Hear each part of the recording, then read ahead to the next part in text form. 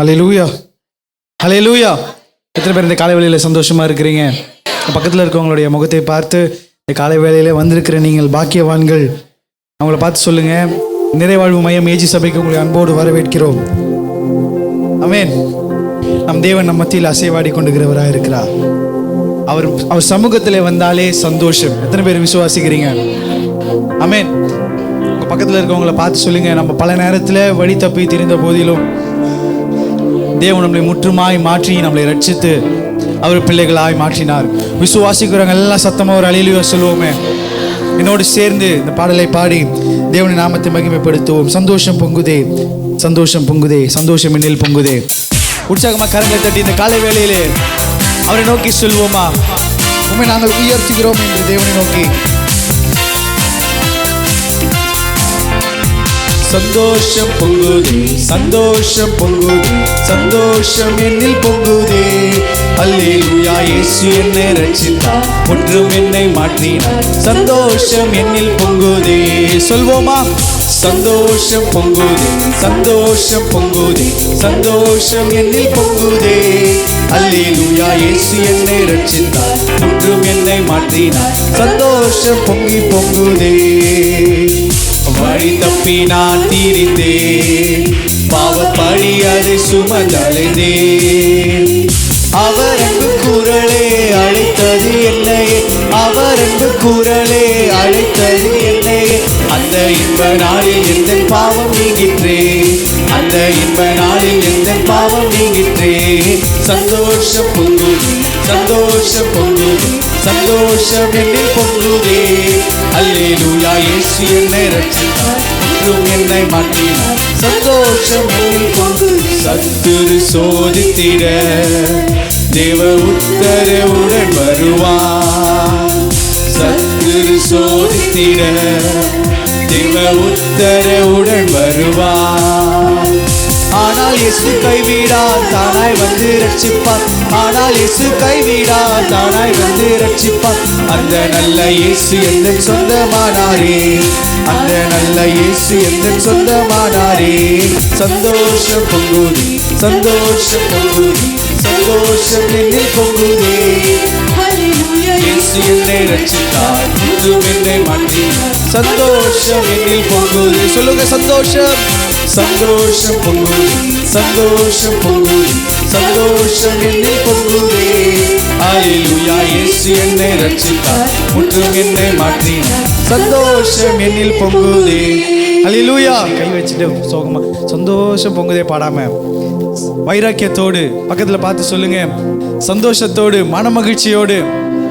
பாதி பேர் பக்கத்தில் கூட பார்க்க மாட்டீங்க, பயப்படாதீங்க. பக்கத்தில் பார்த்து சொல்லுங்க, உங்கள் சகோதரர்கள் உங்கள் சகோதரிகள் உங்களை பார்த்து சந்தோஷமாக இந்த பாட்டை பாடுங்க. பாடும்போது முகத்தில் சிரிப்போடு பாடுங்க. ஆமென். ஆண்டவர் சமூகத்தில் வரும்போது எல்லா முகங்களும் பூக்கும். ஆமென். எத்தனை பேர் விசுவாசிக்கிறீங்க? என்னோடு சேர்ந்து மீண்டுமாக இந்த பாட்டில் பாட போகிறோம். ஆனால் இந்த தடவை ஸ்மைலோட சந்தோஷத்தோட பாட போகிறீங்க. ரெடி? 1 2 3 4. சந்தோஷம் பொங்குதே, சந்தோஷம் பொங்குதே, சந்தோஷம் என்னில் பொங்குதே. அல்லேலூயா, இயேசு என்னை ரட்சித்தார், முற்றும் என்னை மாற்றினார். சந்தோஷம் என்னில் பொங்குதே. சிரிச்சிட்டே பாடுங்க. சந்தோஷம் பொங்குதே. பாதி பேர் சிரிக்கல. சந்தோஷத்தோடு மன மகிழ்ச்சியோடு ஆண்டவரே சமூகத்தில் சந்தோஷம் பொங்குதே. அவரை பார்த்து சொல்லுங்க, பாவத்தில் ஜீவிப்பவர், பாவத்தில் ஜீவிப்பவர் பாதாளத்தில் நடுங்கிடுவார். சொல்லுங்க, பாவத்தில் ஜீவிப்பவர் பாதாளத்தில் அழிந்திடுவார். நானோ பரலோகத்தில் நாளும் பாடல் பாடிடுவேன், நானோ பரலோகத்தில் நாளும் பாடல் பாடிடுவேன். என்னில் வாழும் இயேசுவோடு என்றும் வாழுவேன், என்னில் வாழும் இயேசுவோடு என்றும் வாழுவேன். சந்தோஷம் பொங்குதே, சந்தோஷம் பொங்குதே, சந்தோஷம் என்னில் பொங்குதே. அல்லேலூயா, இயேசு என்னை ரட்சித்தார், முற்றும் என்னை மாற்றினார். சந்தோஷம் என்னில் பொங்குதே. சந்தோஷம், சந்தோஷம். எல்லாம் சிரிச்சு சந்தோஷத்தோடு மன மகிழ்ச்சியோடு இந்த காலை வேளையில் ஆண்டவரே உம்மை நான் நோக்கி பார்க்கிறேன். முற்றும் என்னை மாற்றினார். சந்தோஷம். கடைசியா ஒரு முறை சொல்லுங்க, சந்தோஷம். சந்தோஷம் பொங்குதே, சந்தோஷம் பொங்குதே, சந்தோஷம் என்னை பொங்குதே. அல்லேலூயா, இயேசு என்னை ரட்சித்தார், முற்றும் என்னை மாற்றினார். சந்தோஷம் என்னில் பொங்குதே. ஆண்டவர் என்னை ரட்சித்திருக்கிறார் என்று சொல்லுகிற எல்லா சகோதர சகோதரிகள் உற்சாகமாய் கரங்களை தட்டி தேவ நாமத்தை மகிமைப்படுத்துவோம். ஆண்டவரே, நீர் எங்கள் மத்தியிலே அசைவாடி கொண்டிருக்கிறீர். எங்கள் வாழ்க்கையை மாற்றிருக்கீங்க அப்பா. எங்களை ரட்சித்திருக்கீங்க, உமது பிள்ளைகளாய் தெரிந்து கொண்டீங்க அப்பா. எங்களை பாவத்திலிருந்து சேற்றிலிருந்து தூக்கி உயர்ந்த கண்மலையின் மேல் நிறுத்த வைத்திருக்கிறீரே, உயர்ந்த ஸ்தலங்களில் எங்களை நிறுத்த வைத்திருக்கிறீரே. அதற்காக உமக்கு நன்றி செலுத்துகிறோம் ஆண்டவரே. உம்மை உயர்த்துகிறோம் அப்பா, நன்றி செலுத்துகிறோம். இப்படி இருக்கிற இடங்களில் நம்ம எல்லாம் தேவனுடைய சமூகத்தில் எழுந்து நின்று எத்தனை பேர் விசுவாசிக்கிறீங்க இந்த இடத்துல ஆவியானவர் அசைவாடி கொண்டு இருக்கிறார்? அவர் வார்த்தைகளினாலே நம்மளை தேற்றுகிறவர், அவர் வார்த்தையினாலே நம்மளை தொடுகிற ஒரு தெய்வனை நாம் ஆராதித்து கொண்டு இருக்கிறோம். என்னோடு சேர்ந்து ஒரு நிமிடம் கண்களை மூடி கைகளை அவருக்கு நேராக உயர்த்தி வந்திருக்கிற எல்லாரும் வெக்கப்படாம அவரை நோக்கி பாருங்க. 2 கைகளை உயர்த்தி இருதயங்களை அவருக்கு நேராக திருப்பி அவரை நோக்கி சொல்லுங்க, இயேசுவே உமது வார்த்தையினாலே எங்களை தொடுங்கப்பா. உமது அபிஷேக தைலம் இந்த நாளில் எங்கள் மீது ஊற்றப்படுவதாக. எல்லாரும் கேளுங்க, வாலிபர்கள் கேளுங்க. ஆண்டவரே, உமது அபிஷேக தைலம் எங்கள் மீது ஊற்றப்படணும். ஆண்டவரே, உமது அக்கினி எங்கள் மீது ஊற்றப்படணும் அப்பா. உம்மை போல நான் மாறணும். நான் மட்டும் தான் சொல்ல முடியும், இயேசுவை போல மாறணும், வேற யாரும் சொல்ல முடியாது. தேவன் அப்படி ஒரு பிரிவிலேஜ், அப்படி ஒரு ஸ்லாக்கியத்தை நம்மளுக்கு கொடுத்திருக்கிறார். இந்த காலை வேளையில் அவரை நோக்கி சொல்லுங்க, அப்பா உம்மை போல மாற்றுங்க, என் மீது உமது அபிஷேக தைலத்தை ஊற்றுங்க. ஆண்டவர் இயேசுவின் மீது ஆவியானவர் வந்து அமர்ந்தார் என்று வேதத்தில் வாசிக்கிறோம். இந்த நாளிலே அதே ஆவியானவர் நம்மளை நிரப்ப காத்து கொண்டு இருக்கிறார். நீங்கள் வாயை திறந்து கேட்கும் போது உங்களை நிரப்புவார். இந்த நாளிலே தேவனே எங்களை நிரப்புங்க, கேளுங்க, நிரப்புங்க அப்பா, எங்களை நிரப்புங்க ஆண்டவரே. ஒரு அபிஷேக தைலம், ஒரு புதிய அபிஷேகம் எங்களுக்கு மீது ஊற்றப்படுவதாக. உன் வாயை விரிவாய் திற, நான் அதை நிரப்புவேன் என்று சொன்னவர் இந்த நாளிலே நம்மளை நிரப்ப காத்து கொண்டு இருக்கிறார்.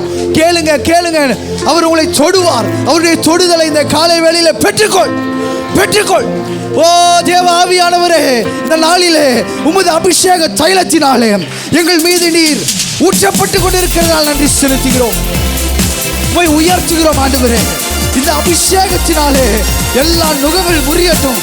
நீரே எங்கள் மீது பெந்தேகோஸ்தே நாளிலே அமர்ந்தது போல அமருங்கப்பா. ஓ பனித்துளி போல் வார்த்தைகளை எம்மேல் பொழியுமே. சொல்லுங்க, பனித்துளி போல் வார்த்தைகளை எம்மேல் பொழியுமே. அக்கினியாயும் அபிஷேகத்தை எம்மேல் ஊற்றுமே. அக்கினியாயும் அபிஷேகத்தை எம்மேல் ஊற்றுமே. கேளுங்க, ஊற்றுமே, என்னில் ஊற்றுமே, அபிஷேகம் ஊற்றுமே, மாற்றுமே, என்னை மாற்றுமே, உம்மை போல் மாற்றுமே. கேளுங்க, ஊற்றுமே, என்னில் ஊற்றுமே. ஓ அபிஷேகம் என் மேல் ஊற்றப்படட்டும். மாற்றுமே, என்னை மாற்றுமே, உம்மை போல். பெந்தேகோஸ்தே நாளை போல, நாளை போல எம்மேல் அமர்ந்திடுமே. வாக்கு தத்தம் அருளப்பட்ட ஆவி ஊற்றிடுமே. எல்லாரும் கேட்போமா? பெந்தேகோஸ்தே நாள் என்று எங்கள் மீது இறங்கினது போலப்பா, இந்த நாளிலே எங்கள் மீது வந்து அமருங்க.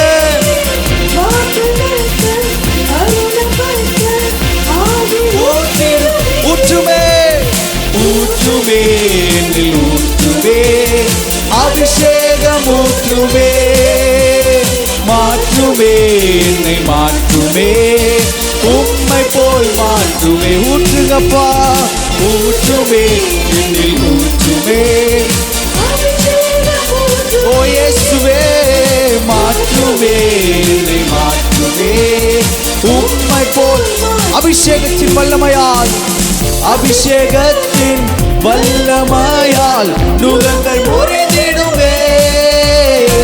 தேவ ஆவி முன்னே சென்றால் தடைகள் தகர்ந்திடுமே. விசுவாசத்தோடு அபிஷேகத்தின் வல்லமையால் நுகங்கள் உடைந்திடுவே. தேவ ஆவி முன்னே சென்றால் தடைகள் தகர்ந்திடுவே. கேளுங்க, ஊற்றும் ஊற்றுவே ஊற்றுவே அபிஷேகம் ஊற்றுவே.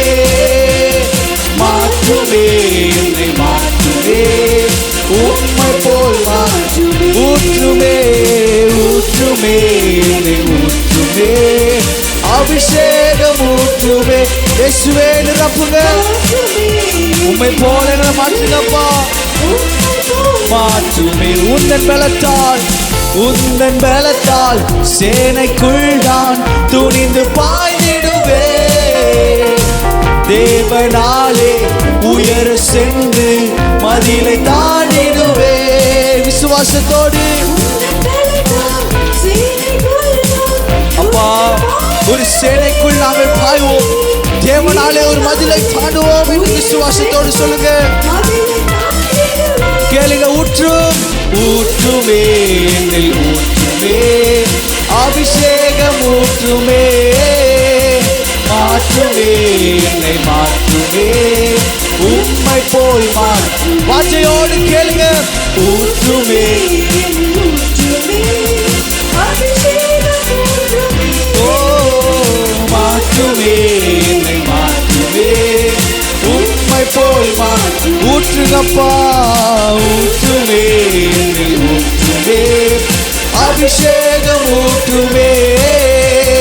மாற்றுமே என்னை மாற்றுமே உம்மை போல் மாற்றுமே. ஊற்றுமே ஊற்றுமே என்னை ஊற்றுமே அபிஷேகம் ஊற்றுமே.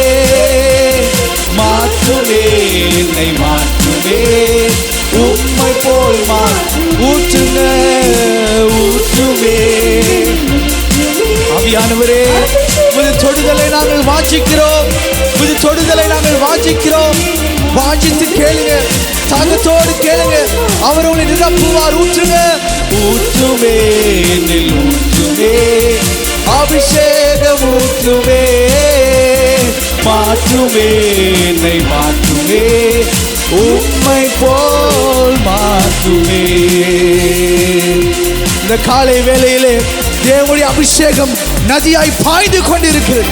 அலை அலையாய் அலை அலையாய் அலை அலையாய் இந்த காலை வேளையிலே உங்களை நிரப்பிக் கொண்டிருக்கிறார். உங்கள் சிரசிலே ஒரு அபிஷேக தைலம் ஊற்றப்பட்டு கொண்டிருக்கிறது. உங்கள் மீது தேவ ஆவியானவர் அமர்ந்து கொண்டிருக்கிறார்.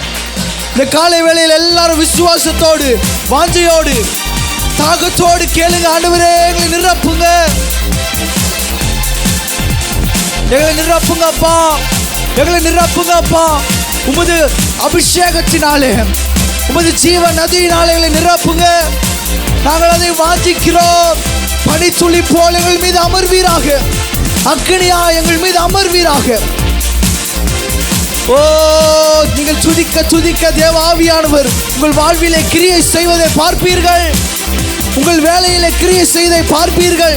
உங்கள் பிள்ளைகளுடைய வாழ்க்கையில் கிரியை செய்வதை பார்ப்பீர்கள்.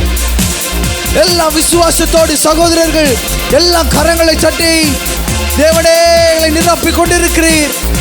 ஒவ்வொரு நாளும் உமது அபிஷேகத்தை புதுப்பித்துக் கொள்ளுகிற ஒரு பாக்கியத்தை, இந்த அனுபவத்தை பெற்றுக் கொள்ளுகிற ஒரு பாக்கியத்தை எங்களுக்கு தாங்கப்பா. உமது பிள்ளைகளாய் தெரிந்தெடுத்தீங்க. ஒவ்வொரு நாளும் எங்களை வழி நடத்திட்டு இருக்கீங்க அப்பா. உங்க உன்னத பலத்தினால் எங்களை மூடுவீராக. உமது உன்னத பலத்தினாலே எங்களை மூடுங்கப்பா. தேவனுடைய உன்னத பலத்தினாலே நம்மளை அவர் மூடி இருக்கிறார். இந்த காலை வேளையில 2 கைகளை அவருக்கு நேராக உயர்த்தி இருதயங்களை அவருக்கு நேராக திருப்பி எத்தனை பேர் சொல்ல முடியும், இயேசுவே அப்பா உம்மை போல யாருமே இல்லப்பா இந்த உலகத்துல. நிறைய பேர் மனுஷங்க சொன்னாங்க, உன்னோடு இருப்பேன், உன்னை நான் பார்த்துக்கிறேன், உனக்கு தேவையானதெல்லாம் செய்வேன்னு சொன்னாங்க. ஆனால் கைவிட்டுட்டு போயிட்டாங்க. ஆனால் என் கரத்தை பிடித்த நீங்க ஒரு நாள் என் கரத்தை விடலையே அப்பா. உம்மை போல யாருப்பா, உம்மை போல அந்த உலகத்தில் யாருமே இல்லை என்று சொல்லி ஆண்டவரே என்னை புரிந்து கொண்ட ஒரு நண்பர் நீர் தான் அப்பா என்று சொல்லி அவரை நோக்கி இந்த பாடலை பாடுவோம். உள்ளத்தின் ஆழத்தில் இருங்க, அப்பா உம்மை போல யாரும் இல்லை, என் உள்ளம் அறிந்தவர், என் எண்ணம் புரிந்தவர்.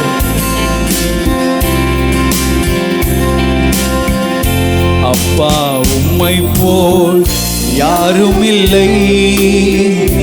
என்னுள்ளம் அறிந்த என் எண்ணம் புரிந்த ஒரு நண்பர் உம்மை போல் உலகில் இல்லை. என்னுள்ளம் அறிந்த என் எண்ணம் புரிந்த ஒரு நண்பர் உம்மை போல் உலகில் இல்லை. அப்பா அப்பா உம்மை போல் யாரும் இல்லை. என்னுள்ளம் அறிந்த என் எண்ணம் புரிந்த ஒரு நண்பர் உம்மை போல் உலகில் இல்லை. என்னுள்ளம் அறிந்த என் எண்ணம் புரிந்த ஒரு நண்பர் உம்மை போல் அறியாமல் வாழ்ந்தேன், இஷ்டம் போல் அலைந்தேன். என்னை தேடி வந்தீர், மகன் என்று அழைத்தீர். சொல்லுங்க. அறியாமல் வாழ்ந்தேன், இஷ்டம் போல் அலைந்தேன். என்னை தேடி வந்தீர், மகளே என்று அழைத்தீர். அப்பா உம்மை போல் யாரும் இல்லை. என்னுள்ளம் அறிந்த என் எண்ணம் புரிந்த ஒரு நண்பர் உம்மை போல் உலகில் இல்லை. என்னுள்ளம் அறிந்த என் எண்ணம் புரிந்த ஒரு நண்பர் உம்மை போல். துக்கத்தில் அமிழ்ந்தேன், துயரத்தில் நீரைந்தேன். அன்புடன் அணைத்தீர், ஆறுதல் கொடுத்தீர். இந்த வார்த்தைகளை உணர்ந்து சொல்லுங்க. துக்கத்தில் அமிழ்ந்து போனேன், துயரத்தினால் நிறைந்து போனப்பா, ஆனா உமது அன்பினால் என்னை அரவணைத்துக் கொண்டீரே. அப்பா அப்பா உம்மை போல் யாரும் இல்லை. என்னுள்ளம் அறிந்த என் எண்ணம் புரிந்த ஒரு நண்பர் உம்மை போல் உலகில் இல்லை. என்னுள்ளம் அறிந்த என் எண்ணம் புரிந்த ஒரு நண்பர் உம்மை போல் உலகில். கைவிடப்பட்டேன், கதறி நான் அழுதேன். கருணையாய் வந்தீர், கண்ணீர் துடைத்தீர். கைவிடப்பட்டேன், கதறி நான் அழுதேன். கருணையாய் வந்தீர், கண்ணீர் துடைத்தீர். அப்பா உம்மை போல் யாரும் இல்லை. என்னுள்ளம் அறிந்த என் எண்ணம் புரிந்த ஒரு நண்பர் உம்மை போல் உலகில் இல்லை. என் உள்ளம் அறிந்த என் எண்ணம் புரிந்த ஒரு நண்பர் உம்மை போல். அப்பா உம்மை போல் யாரும் இல்லை. என்னுள்ளம் அறிந்த என் எண்ணம் புரிந்த ஒரு நண்பர் உம்மை போல் உலகில் இல்லை. என் உள்ளம் அறிந்த என் எண்ணம் புரிந்த ஒரு நண்பர் உம்மை போல் உலகில் இல்லை. எல்லாரும் கரங்களை தட்டி தேவ நாமத்தை மகிமைப்படுத்துவோமா. அப்பா, என் உள்ளத்தை புரிந்து கொண்ட ஒரு நல்ல நண்பராய், ஒரு தகப்பனாய் இருந்து நடத்துறீங்களப்பா, அதற்காக நாம உயர்த்துகிறேன். ஆண்டவரே, நாமத்தை மகிமைப்படுத்துகிறேன்.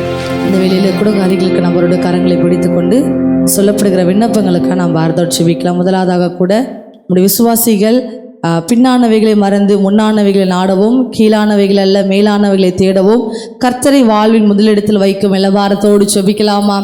ஸ்தோத்திரம் ஆண்டவரே, துதிக்கிறோம் அப்பா. அந்த வேளையிலே கூட தகப்பனே ராஜா, ஆண்டவரே எங்கள் விசுவாச பிள்ளைகள் ஆண்டவரே அப்பா உண்மையே ஆண்டவரே அப்பா ஆண்டவரே முதன்மையாய் வைத்து உண்மையை தேடக்கூடிய கிருபை தரும்படியாக நாங்கள் செபிக்கிறோம் ஆண்டவரே.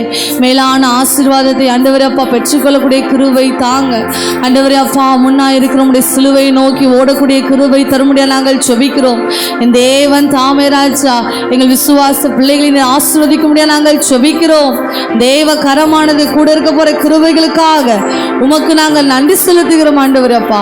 மை ஸ்தோத்தரிக்கிறோம் ஆண்டவரே, மை துதிக்கிறோம் அப்பா, மை ஸ்தோத்தரிக்கிறோம் அப்பா. அடுத்ததாக கூட உத்தரப்பிரதேசத்தில் சுவிசேஷம் 60 நாள் 5 வருடம் சிறை தண்டனை விதிக்கப்பட்டுள்ள பாஸ்டர் ஜோன்ஸ் பாப்சன், சிஸ்டர் ஸ்ரீஜா பாப்சன் இவர்கள் மேல் முறையீட்டு கேட்டு கோர்ட் இவர்களுக்கு விடுதலை கொடுக்கக்கூடிய கிருபை தரும்படியாக எல்லா தடைகளையும் தேவன் நீக்கி போடுற எல்லா பாரத்தோடு செபிக்கலாமா?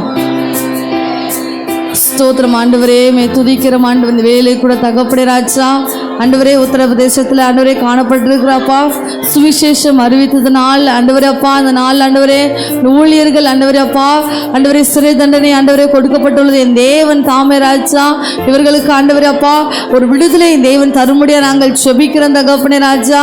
ஆண்டவரே அப்பா ஒவ்வொருடைய கூக்குரலே கேட்கிறவர் ராஜா. இந்த வேலையிலப்பா அப்பா ஆண்டவரே உடைய பிள்ளைகளுக்காக உடைய சமூகத்தில் வருகிறோம். தேவன் தாமே விடுதலை தரும்படியாக நாங்கள் செபிக்கிறோம் அப்பா. பெரிய காரியங்களை செய்யப்படுற கிருபைகளுக்காக உமக்கு நாங்கள் நன்றி செலுத்த தகப்பனே. மை ஸ்தோத்தரிக்கிற ராஜா, மை துதிக்கிறோம் அப்பா, மை ஸ்தோத்தரிக்கிற தகப்பனே. அடுத்தாக கூட இன்று 76வது குடியரசு தினத்தை கொண்டாடும் நம்முடைய இந்திய தேசத்தில் உள்ள 28 மாநிலங்களும் 8 யூனியன் பிரதேசங்களில் வாழும் 144 கோடியில் மக்கள் ரட்சிக்கப்படக்கூடிய கிருபை தரும்படியாக எல்லா பாரத்தோடு செபிக்கலாமா? ஸ்தோத்திரம் ஆண்டவரே, மே துதிக்கிறோம் அப்பா. அந்த வேலையிலே கூட ராஜா ஆண்டவரே அப்பா இந்த நாளில் கூட தகப்பனே என்று ஆண்டவரே அப்பா 76வது ஆண்டவரே குடியரசு விழாவை ஆண்டவரே காணக்கூடிய கிருபை கொடுத்துக்கா நன்றி செலுத்துகிறோம். இந்த நாளில் கூட தகப்பனே ராஜா இங்கே இந்த தேசத்தில் வாழ்கிற ஆண்டவரே 144 கோடி மக்களை அப்பா இந்த தேவன் தாமே ரட்சிப்பின் பாதையில் நடத்த முடியாது நாங்கள் செபிக்கிறோம். அவர்கள் ரட்சிக்கப்பட்டு ஆண்டவரை அறிந்து கொள்ளக்கூடிய கிருபையை என் தேவன் நீர் தாம் ஏற்படுத்த முடியாது நாங்கள் செபிக்கிறோம். தெய்வீக கரம் ஆண்டவரே அப்பா ஒரு எழுப்புதலை கொடுத்து நடத்த முடியாது நாங்கள் செபிக்கிறோம் அப்பா. நீர் பெரிய காரியங்களை செய்யப்படுற தயவுகளுக்காக உமக்கு நாங்கள் நன்றி செலுத்தும் தகப்பனே அப்பா. அமை ஸ்தோத்தரிக்கிறோம் அப்பா, அமை துதிக்கிறோம் அப்பா, அமை ஸ்தோத்தரிக்கிற ராஜா. இந்த வேலையில கூட நீங்க யாரோட கரம் கோத்திருக்கீங்களோ அவருடைய பெயர் அவருடைய செப தேவை கேட்டு ஒருவருக்கு அவர் பாரத்தோடு செபிப்போம். ஹல்லேலூயா. கர்த்தர் நம்முடைய எல்லா ஜெபங்களையும் கேட்டு இருக்கிறார். கரங்களை தட்டி எல்லாரும் கர்த்தரை ஸ்தோத்திரம் பண்ணுவோமா? ஹல்லேலூயா. இந்த மாதத்தின் கடைசி வாரம் வரை கர்த்தர் நம்மை கொண்டு வந்த கிருபைக்காக எல்லாரும் உள்ளத்தின் ஆழத்திலிருந்து ஆண்டவருக்கு நன்றி செலுத்துவோமா? ஹல்லேலூயா, ஹல்லேலூயா, ஹல்லேலூயா. நம்முடைய வாயிலிருந்து வருகிற துதிகளிலே கர்த்தர் பிரியப்படுகிறார். ஸ்தோத்திர பலியிடுகிறவன் என்னை மகிமைப்படுத்துகிறான் என்று ஆண்டவர் சொல்லியிருக்கிறார். ஹல்லேலூயா. நம்முடைய நாவிலிருந்து வருகிற ஒவ்வொரு ஸ்தோத்திர பலிகளும் ஆண்டவருடைய சமூகத்துக்கு நேராய் சென்று கொண்டிருக்கிறது. எல்லாரும் வாய்களை திறந்து கைகளை தட்டி முன்பாக பின்பாக ஹல்லேலூயா. உள்ளே இருக்கிற வாலிபர்கள் முதல் பெரியவர்கள் வரை எல்லாரும் கைகளை தட்டி இயேசுவே உம்மை நாங்கள் ஸ்தோத்தரிக்கிறோம். எங்கள் ராஜாதி ராஜாவே உம்மை நாங்கள் மகிமைப்படுத்துகிறோம். உம்முடைய நாமத்தை உயர்த்துகிறோம் ஆண்டவரே. ஹல்லேலூயா, ஹல்லேலூயா. ஆண்டவர் நம்முடைய தகப்பனாக இருப்பதற்காக எல்லாரும் அப்பாவை ஸ்தோத்திரம் பண்ணுவோமா? அப்பா பிதாவே என்று கூப்பிடத்தக்க புத்திர ஸ்வீகாரத்தின் ஆவியை நமக்கு கொடுத்திருக்கிறார். அப்பா என்று சொல்லி எல்லாரும் ஆண்டவரை கூப்பிடுங்க. ஹல்லேலூயா. இந்த உலகத்தில் அப்பா என்று அழைக்க ஒருவர் இல்லாமல் இருக்கலாம். ஆனால் நமக்கு பரம பிதா தகப்பனாக இருக்கிறார். அப்பா உம்மை துதிக்கிறோம். அவர் நம்முடைய தகப்பனாக, தாயாக, நம்முடைய நண்பராக, சகோதரராக, எல்லாருக்கும் எல்லாவுமாய் இருக்கிற தேவனாக இருக்கிறார். அப்பா உம்மை நாங்கள் துதிக்கிறோம், துதிக்கிறோம், துதிக்கிறோம் ஆண்டவரே. ஹல்லேலூயா. சில நேரத்தில் உலக தகப்பனுடைய அன்பு மாறும். ஆனால் பரம தகப்பனின் அன்பு ஒரு நாளும் மாறுவதில்லை. உலக தகப்பன் கூட பிள்ளைங்களை கைவிட்டுட்டு போய்விடலாம். ஆனால் நம் கரம் பிடித்த நம்முடைய பரம தகப்பன் அவருடைய அன்பு மாறாதது. ஹல்லேலூயா. இந்த காலை வேளையில் எல்லாரும் வலது கரத்தை உயர்த்தி தலைகளை உயர்த்தி அப்பா இந்த காலை வேளையிலே உம்மை நான் ஆராதனை செய்கிறேன் என்று சொல்லி எல்லாரும் அப்பாவை மகிமைப்படுத்துவோம். ஹல்லேலூயா. அப்பா, அப்பா பிதாவே ஆராதனை உமக்கே. நன்றி செலுத்துகிறோம் அப்பா. அப்பா அப்பா பிதாவே ஆராதனை உமக்கே, ஆராதனை உமக்கே. அப்பா அப்பா பிதாவே ஆராதனை உமக்கே, ஆராதனை உமக்கே. அன்பு எத்தனை இனியது, கிருபை எத்தனை புதியது. எல்லாரும் சேர்ந்து பாடுவோமா? ஆண்டவரே உம்முடைய அன்பு எத்தனை இனிமையானது, காலை தோறும் உம்முடைய கிருபை எத்தனை புதியது, புதியது. மகிமை எத்தனை பெரியது, மகிமை எத்தனை. கைகளை அசைத்து ஆராதனை செய்வோம். அப்பா அப்பா பிதாவே ஆராதனை உமக்கே, ஆராதனை உமக்கே. நாமம் அது அதிசயம், ஞானம் மிக ஆச்சரியம். எல்லாரும் உணர்ந்து சொல்லுவோம். ஆண்டவரே உம்முடைய நாமம் அதிசயம் அப்பா, உம்முடைய ஞானம் மிகவும் ஆச்சரியம். ஆண்டவரே மிக ஆச்சரியம், கிரியை மாற்புதம், கிரியை மாற்புதம். கைகளை அசைத்து அப்பா அப்பா பிதாவே ஆராதனை உமக்கே, ஆராதனை உமக்கே. அன்பு எத்தனை இனியது, அன்பு எத்தனை இனியது, கிருபை எத்தனை புதியது. எல்லாரும் உணர்ந்து பாடுங்கப்பா. உம்முடைய அன்பு எத்தனை இனிமையானது, நீர் எங்கள் மேல் பாராட்டும் கிருபை ஒவ்வொரு நாளும் எத்தனை புதியது. மகிமை எத்தனை பெரியது, மகிமை எத்தனை. கைகளை அசைத்து பாடுவோமா? அப்பா அப்பா பிதாவே ஆராதனை உமக்கே, ஆராதனை உமக்கே. சகோதரிகள் மாத்திரம் சொல்லுங்க. அப்பா அப்பா பிதாவே ஆராதனை உமக்கே, ஆராதனை உமக்கே. சகோதரர்கள் மாத்திரம் சொல்லுங்க. அப்பா அப்பா பிதாவே ஆராதனை உமக்கே, ஆராதனை உமக்கே. எல்லாரும் ரெண்டு கரங்களை உயர்த்தி ஒரு முறை கூட அப்பா அப்பா பிதாவே ஆராதனை உமக்கே, ஆராதனை உமக்கே. கைகளை தட்டி ஒரு முறை கூட எல்லாரும் அப்பாவை ஸ்தோத்திரம் பண்ணுவோமா? அப்பா உம்மை நாங்கள் துதிக்கிறோம் துதிக்கிறோம். ஆண்டவரை அப்பா என்று கூப்பிடத்தக்க புத்திர சுவீகாரத்தின் ஆவியை அவர் நமக்கு கொடுத்திருக்கிறார். அந்த தகப்பன் நல்ல தகப்பன். பல நேரத்தில் நம்முடைய பூமிக்குரிய தகப்பனோடு கடவுளை கம்பேர் பண்றோம். பூமிக்குரிய தகப்பன் சில நேரம் நீதியற்றவராக இருக்கலாம், உண்மை இல்லாதவராக இருக்கலாம். பல நேரங்களில் ஆண்டவர் அப்படி என்று நாம் நினைத்து விடுகிறோம். ஆனால் நாம் ஆராதிக்கிற ஆண்டவர் அவர் நீதியுள்ள தேவன், உண்மையுள்ள தேவன், அவர் மகா அன்புள்ள தேவனாக இருக்கிறார். ஹல்லேலூயா. அவர் தம்முடைய பிள்ளைகள் தம்மிடத்திலே ஜெபத்திலே வேண்டும் பொழுதெல்லாம் பதில் கொடுக்கிற தேவனாக இருக்கிறார். இந்த காலை வேளையிலே பலவித தேவைகளோடு அநேகர் இந்த இடத்துல வந்திருக்கிறீர்கள்.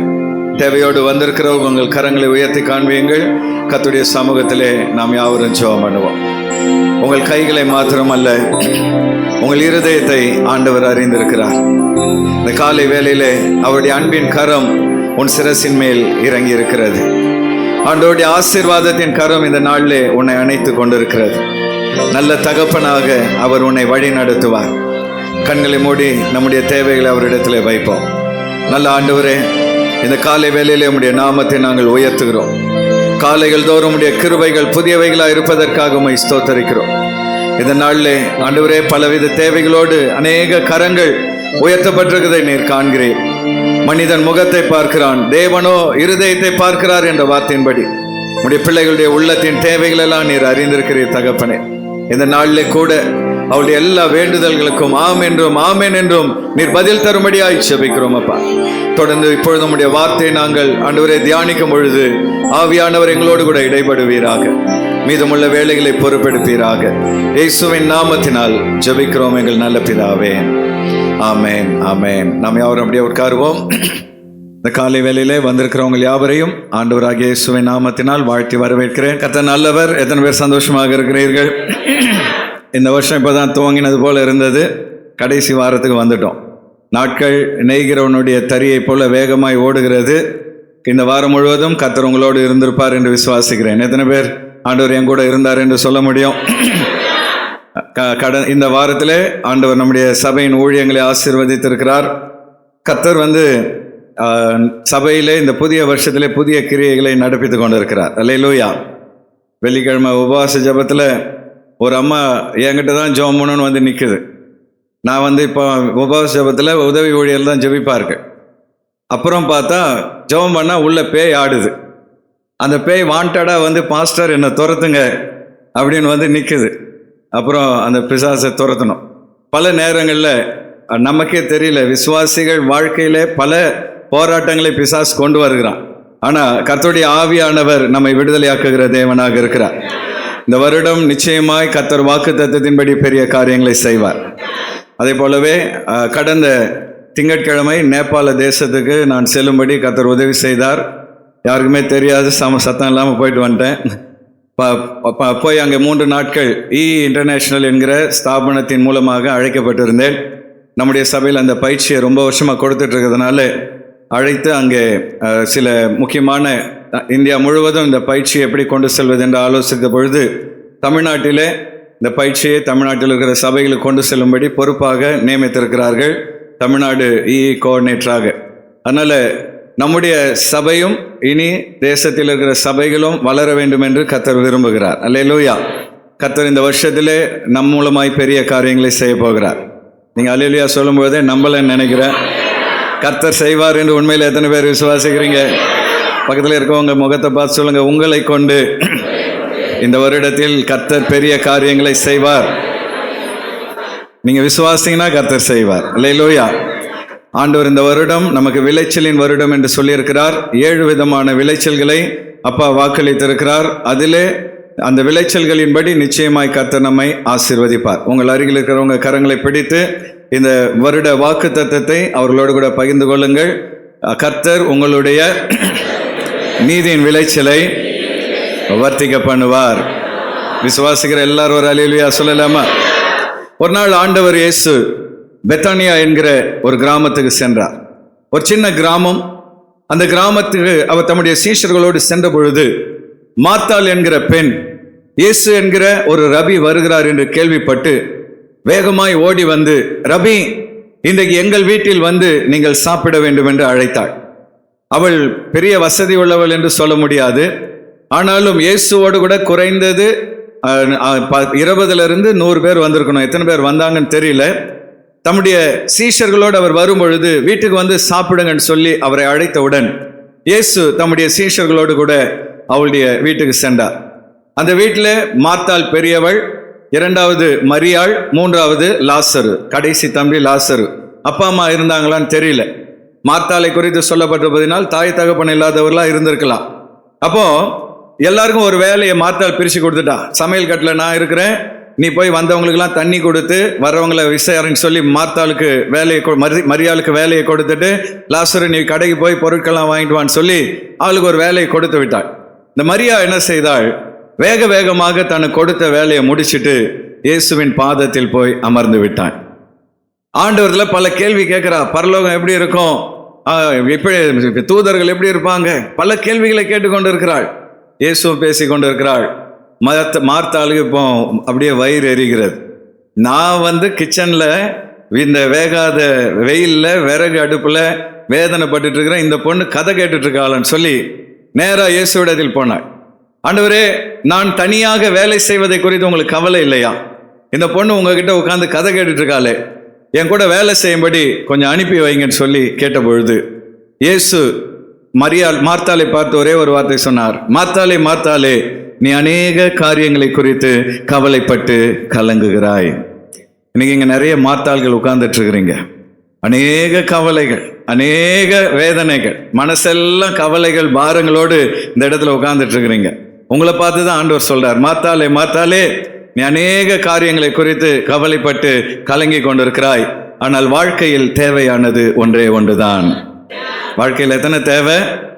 ஒன்னே ஒண்ணுதான் தேவை. ஆனா நமக்கு பல தேவைகள், பணம் தேவை, பொருள் தேவை, வீடு தேவை, வசதி தேவைன்னு சொல்லி பல தேவைகளை நாம் மனதில் வைத்திருக்கிறோம்.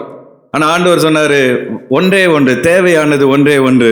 மரியாள் தன்னை விட்டு எடுபடாத நல்ல பங்கை தெரிந்து கொண்டாள். அல்லேலூயா.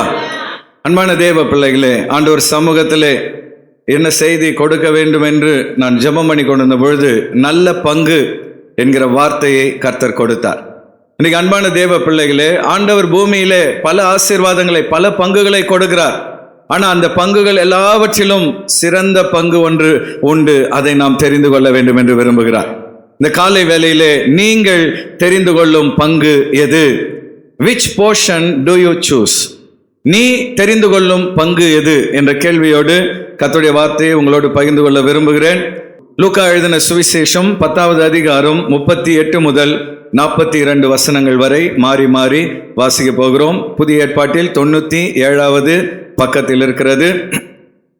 38வது வசனத்தை நான் வாசிக்கும் பொழுது அடுத்த வசனத்தை சபையார் இணைந்து வாசிக்க அன்பாய் கேட்கிறேன். எல்லாரும் எடுத்துக்கிட்டீங்களா? 38 நான் வாசிக்கிறேன். பின்பு அவர்கள் பிரயாணமாய் போகையில் அவர் ஒரு கிராமத்தில் பிரவேசித்தார். அங்கே மார்த்தாள் என்னும் பெயர் கொண்ட ஒரு ஸ்திரீ அவரை தன் வீட்டிலே ஏற்றுக்கொண்டாள். அவளுக்கு மரியாள் எனப்பட்ட ஒரு சகோதரி இருந்தாள். அவள் இயேசுவின் பாதத்திற்கே உட்கார்ந்து அவருடைய வசனங்களை கேட்டுக்கொண்டிருந்தாள். மார்த்தாளோ பற்பல வேலைகளை செய்வதில் மிகவும் வருத்தம் அடைந்து அவரிடத்தில் வந்து, ஆண்டவரே, நான் தனியே வேலை செய்யும்படி என் சகோதரி என்னை விட்டு வந்திருக்கிறதை குறித்து உமக்கு கவலை இல்லையா? எனக்கு உதவி செய்யும்படி அவளுக்கு சொல்லும் என்றாள். இயேசு அவளுக்கு பிரதித்திரமாக, மார்த்தாளே, மார்த்தாளே, நீ அநேக காரியங்களை குறித்து கவலைப்பட்டு கலங்குகிறாய். தேவையானது ஒன்றே. மரியாள் தன்னை விட்டு எடுபடாத நல்ல பங்கை தெரிந்து கொண்டாள். ஹல்லேலூயா. எல்லாரும் சேர்ந்து 42வது வசனத்தை ஒரு முறை கூட வாசிப்போம். தேவையானது ஒன்றே. மரியாள் தன்னை விட்டு எடுபடாத நல்ல பங்கை தெரிந்து கொண்டாள் என்றார். கரங்களை வைத்து ஒரு அல்லேலூயா சொல்லலாமா? இந்த உலகத்தில் தேவையானது ஒன்றே. அதுக்கு மேல நீங்க எதை தேடினாலும் அதனால் பிரயோஜனம் இல்லை. மார்த்தாள் பல காரியங்களை நினைத்து கவலைப்பட்டு கொண்டிருந்தாள். மரியாளோ ஒன்றே ஒன்றை தேடினாள்.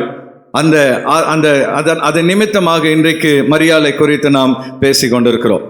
இந்த வேத பகுதியை நாம் ஆராய்ந்து பார்க்கும் பொழுது 2 வகையான பங்குகளை குறித்து நாம் புரிந்து கொள்ள முடியும். பங்கு அப்படின்னாவே நமக்கு நல்லா தெரியும். ஒரு வீட்டில் 4 குழந்தைங்க இருக்கிறாங்க அப்படின்னா அம்மா என்ன பண்ணுவாங்க, ஒரு பிரியாணி ஏதோ வாங்கிட்டு வந்தீங்கன்னா பங்கு பிரிப்பாங்க. எல்லாருக்கும் சமமாக பங்கு பிரித்து வைப்பார்கள். சில நேரம் அவங்களுக்கு செல்லப்பிள்ளை யாராவது இருந்தால் நைஸாக என்ன பண்ணுவாங்க, கொஞ்சம் லெக் பீஸ் எக்ஸ்ட்ரா வச்சு கொடுப்பாங்க, பங்கு பிரிப்பார்கள். அப்போ யாருக்கு லெக் பீஸ் வருதோ அது நல்ல பங்கு. புரியுதா உங்களுக்கு? அதே மாதிரி சொத்து பிரிக்கும் பொழுதும், பாகம் பிரித்தல், பங்கு பிரிக்கும் பொழுதும் மூத்த மகனுக்கு கொஞ்சம் விசேஷமான பங்கை கொடுப்பார்கள், மற்றவர்களுக்கு சாதாரண பங்கை கொடுப்பார்கள். இதுதான் பங்கு பிரித்தல். அப்போ ஒரு பங்கை பிரிக்கும் பொழுது சிறந்ததை யார் தேர்ந்தெடுக்கிறார்களோ பொதுவாக மூத்தவர்கள் தேர்ந்தெடுப்பார்கள். ஆனா இந்த இடத்திலே மார்த்தாள் எதை தேர்ந்தெடுத்தாள், மரியாள் எதை தேர்ந்தெடுத்தாள் என்று நாம் பார்க்க போகிறோம். 2 வகையான பங்குகளை குறித்து இங்கே நாம் அறிந்து கொள்ள முடியும். பின்வருகிற இந்த 2 விதமான பங்குகளை குறித்து அறிந்து கொள்ளும் போது சரியான பங்கை நாம் தேர்ந்தெடுக்க முடியும். முதலாவது மார்த்தாள் தேர்ந்தெடுத்த பங்கு எதுன்னு பார்த்தீங்கன்னா, எடுபட்டு போகும் பங்கு, a portion that can be taken. எடுபடுகிற ஒரு பங்கு, தன்னை விட்டு எடுபட்டு போகிற ஒரு பங்கை அவள் தெரிந்து கொண்டாள். லூக்கா 10வது அதிகாரம் 42வது வசனத்தை எல்லோரும் சேர்ந்து, அந்த ஸ்கிரீன்ல வர வசனத்தை எல்லோரும் சேர்ந்து வாசிப்போம். தேவையானது ஒன்றே, மரியாள் தன்னை விட்டு எடுபடாத நல்ல பங்கை தெரிந்து கொண்டாள் என்றார். கைகள் வைத்து ஒரு அல்லேலூயா சொல்லலாமா? இந்த ஸ்லைடு அப்படியே இருக்கட்டும். இதுக்கு முன்னாடி இன்னொரு ஸ்லைடு ஆட் பண்ணி அதுல 42வது வசனத்தை போட்டிருப்பா. தேவையானது ஒன்றே, மரியாள் தன்னை விட்டு எடுபடாத நல்ல பங்கை தெரிந்து கொண்டாள். அப்படி என்றால் மார்த்தாள் எப்படிப்பட்ட பங்கை தெரிந்து கொண்டாள்? தன்னை விட்டு எடுபடாத ஒரு பங்கை மரியாள் தெரிந்து கொண்டாள். ஆனால் மார்த்தாளோ தன்னை விட்டு எடுபடுகிற ஒரு பங்கை தெரிந்து கொண்டாள். இன்னொரு வகையில சொல்ல போனா, மரியாள் மார்த்தாள் எல்லாருமே ஆண்டவருக்கு சேவை செய்ய விரும்பினார்கள். ஆனா மார்த்தாள் சமையல் கட்டிலே அவருக்கு உணவு தயாரிப்பதிலேயே குறியா இருந்தாள். ஆனா மரியாளோ தன்னுடைய வேலைகள் எல்லாம் வேக வேகமாய் முடித்து விட்டு இயேசுவின் பாதத்தில் வந்து அமர்ந்தாள். ஹல்லேலூயா. அப்படின்னா இன்னொரு வகையில சொல்ல போனா, மார்த்தாள் இந்த பூமிக்கு அடுத்த காரியங்களையே அதிகமாய் தேடினாள், தன்னுடைய வயிற்றுக்கு அடுத்த காரியங்களையே அதிகமாய் தேடினாள். ஆனால் மரியாளோ பரலோகத்துக்கு அடுத்த காரியத்தை தேட துவங்கினாள். ஒன்றை நீங்க புரிந்து கொள்ளணும், காண்கிறவைகள் எல்லாம் அநித்தியமானவைகள், கண்களால் பார்க்கிற எல்லாம் அழியக்கூடியவைகள், காணாதவைகளோ நித்தியமானவைகள். பக்கத்துல உங்க கைப்பிடிச்சு சொல்லுங்க, எதை தேடுகிறீர்கள்? காண்கிறவைகளையா காணாதவைகளையா? பார்க்கறது தானே பாஸ்டர் தேட முடியும். கண்ணால பணத்தை பார்க்கிறோம், பணத்தை தேடுறோம், பொருளை பார்க்கிறோம், பொருளை தேடுகிறோம். ஆனா பரலோகத்தை நாங்க பார்க்கல, பரலோகத்தில் இருக்கிற தூதர்களை பார்க்கல, அதனால நாங்க பார்க்கிறதை தேடுகிறோம் என்று நினைக்கிறோம். மார்த்தாள் கண்களால் கண்ட பூமிக்கு அடுத்த காரியங்களை தேடினாள். 3 வகையான கிறிஸ்தவர்கள் உலகத்தில் இருக்கிறார்கள். முதலாவது கிறிஸ்தவர்கள், அவங்க எப்பவுமே பூமிக்குரியதை மாத்திரமே தேடுவார்கள், ஆண்டவரை தேட மாட்டார்கள். கிறிஸ்தவர்கள் என்று பெயர் இருக்கும், ஜபம் இருக்காது, வேத வாசிப்பு இருக்காது.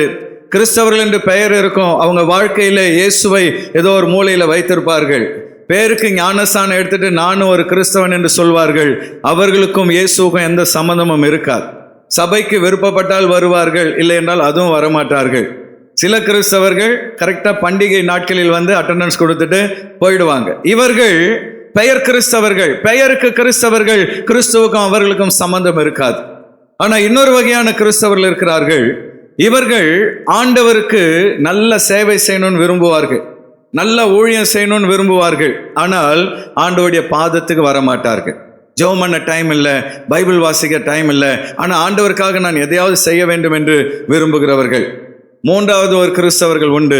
இவர்கள் தேவனுக்கு சேவையும் செய்வார்கள், கர்த்தருடைய பாதத்தில் அமர்ந்து அவரோடு பேசவும் செய்வார்கள். இந்த மார்த்தாள் 2வது வகை.